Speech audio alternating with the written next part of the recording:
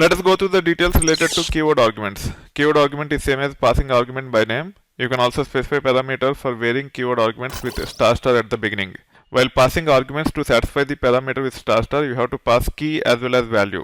Varying keyword arguments can be processed as dict in the function body.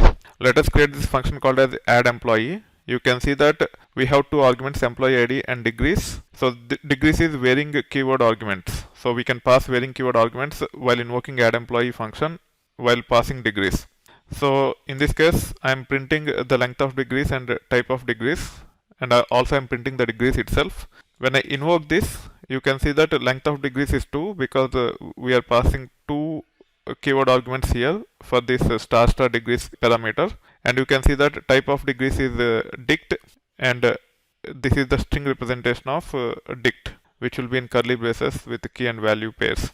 You can also pass the varying keyword arguments like this. You can create a dict and then you can actually use star star before the dict, and this degrees will become a varying keyword argument for the parameter degrees, which is defined with star star at the beginning while defining the function add employee. Now let me run this and you should be able to see the details as expected.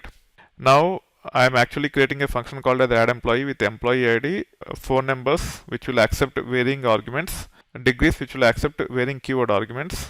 Let me create this function and then let me invoke this function add employee with the employee ID, then phone numbers which will satisfy the phone numbers here, and then these two keyword arguments which will satisfy this parameter called as degrees with star star at the beginning. So this is how you can actually use both those parameters which will accept varying arguments as well as varying keyword arguments.